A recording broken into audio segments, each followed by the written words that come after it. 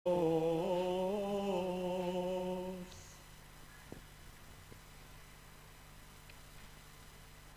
Ibu, saudara-saudari, rekan-rekan muda dan anak-anak yang dikasihi Tuhan, bacaan-bacaan yang kita dengarkan hari ini membawa kita pada panggilan kita atau status kita atau posisi kita sebagai orang-orang beriman, yaitu menjadi utusan Allah, sebagai utusan Tuhan. Sebagaimana Tuhan Allah mengutus Nabi Yehezkiel dalam bacaan yang pertama tadi, ketika Allah bersabda, "Hai anak manusia, aku mengutus engkau kepada orang Israel." Ia pun mengutus kita ke tempat kita berada saat ini.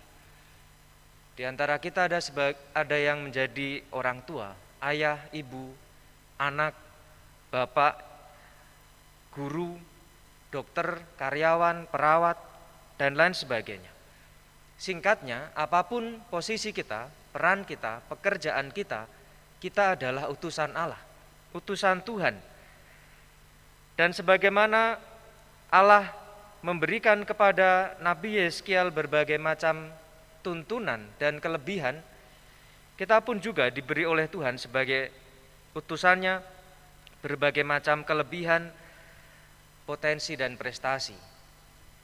Namun demikian, segala yang baik yang ada dalam diri kita itu bukan untuk menjadi sarana kesombongan kita masing-masing. Tetapi kita sadar bahwa itu semua adalah anugerah Tuhan dan kita tidak ada yang sempurna. Selalu ada kekurangan, kelemahan dalam diri kita. Oleh karenanya, Rasul Paulus dalam bacaan yang kedua menyatakan bahwa supaya aku jangan meninggikan diri karena pernyataan-pernyataan yang luar biasa itu, maka aku diberi suatu duri dalam dagingku. Kita tahu Rasul Paulus yang menjadi pelindung paroki kita adalah seorang rasul besar yang mewartakan Yesus Kristus yang bangkit keluar dari Galilea kepada bangsa-bangsa bukan Yahudi. Dan itu akhirnya sampai kepada kita. Tetapi di luar segala hal luar biasa yang telah Rasul Paulus lakukan itu, dia menyadari ada duri dalam daging, ada kelemahan dalam dirinya.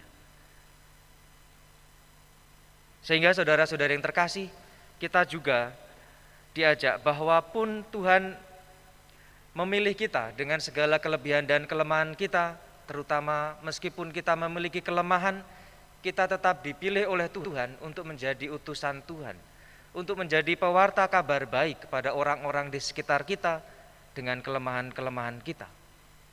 Rasul Paulus mempunyai keyakinan yang kuat ketika mengatakan,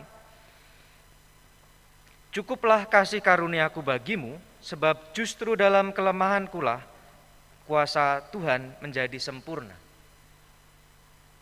Rasul Paulus percaya bahwa segala yang baik yang ada, yang bisa dia lakukan adalah karena Tuhan sendiri yang berkarya, dan segala yang ada kekurangan dalam dirinya tidak menjadi penghalang baginya, karena melalui kelemahan itu Allah berkarya melalui dirinya. Bacaan Injil juga mengetengahkan bagaimana Yesus ketika setelah sebelumnya mengadakan mujizat-mujizat yang luar biasa, menyembuhkan orang-orang sakit, kemudian kembali ke tempat asalnya, dan di situ dia datang bersama murid-muridnya. Dan para murid melihat pengalaman yang berharga ketika dia bersama dengan Yesus kembali ke tempat asal Yesus. Berharga kenapa?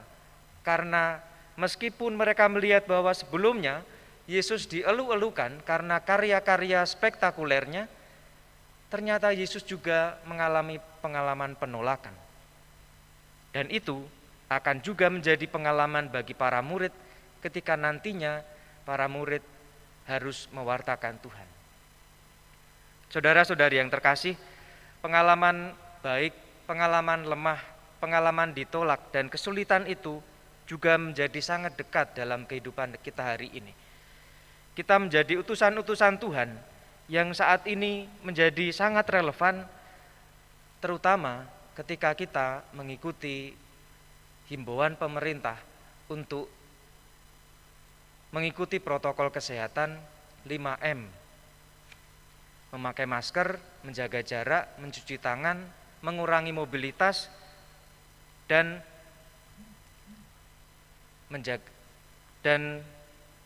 menghindari kerumunan. Suatu hal yang sangat sederhana, tetapi dari kedisiplinan kita untuk mengikuti arahan itu akan membawa kita kepada keselamatan bagi kita semua. Hari-hari ini kita mendengar banyak umat kita yang terpapar. Tidak tahu bagaimana caranya mereka bisa terpapar. Ada yang sudah begitu ketat mengikuti protokol, tetapi bisa saja terpapar. Oleh karenanya, kita diajak untuk menjadi pewarta-pewarta kebaikan melalui kedisiplinan kita mengikuti protokol kesehatan. Puji Tuhan, ada yang kemudian menjadi sembuh. Kita bersyukur Tuhan menyembuhkan kita. Ada yang masih sakit dan kita diajak untuk saling mendoakan dan mendukung, memberikan bantuan semampu kita dengan tetap mengikuti protokol kesehatan. Dan ada juga di antara mereka yang terpapar, umat kita, saudara-saudari kita yang meninggal dunia. Kita diajak untuk mendoakan mereka agar arwahnya damai di surga dan keluarga yang ditinggalkan mendapatkan penghiburan. Semoga kita yang masih sehat juga senantiasa mengusahakan kehidupan yang sehat, menjaga stamina agar kita bisa menjadi sarana pengharapan bagi mereka yang sedang terpapar sakit ketika kita hadir melalui sapaan kita, melalui bantuan-bantuan yang bisa kita berikan sekecil apapun, agar bersama-sama nantinya kita boleh terbebas dari virus corona ini dan mendapatkan keselamatan. Semoga Tuhan memberikan kepada kita rahmat secukupnya agar kita bisa menjadi sarana perpanjangan kasih Tuhan melalui hal-hal sederhana itu. Kemuliaan kepada Bapa dan Putra dan Roh Kudus, seperti pada permulaan, sekarang, selalu, dan sepanjang segala abad. Amin.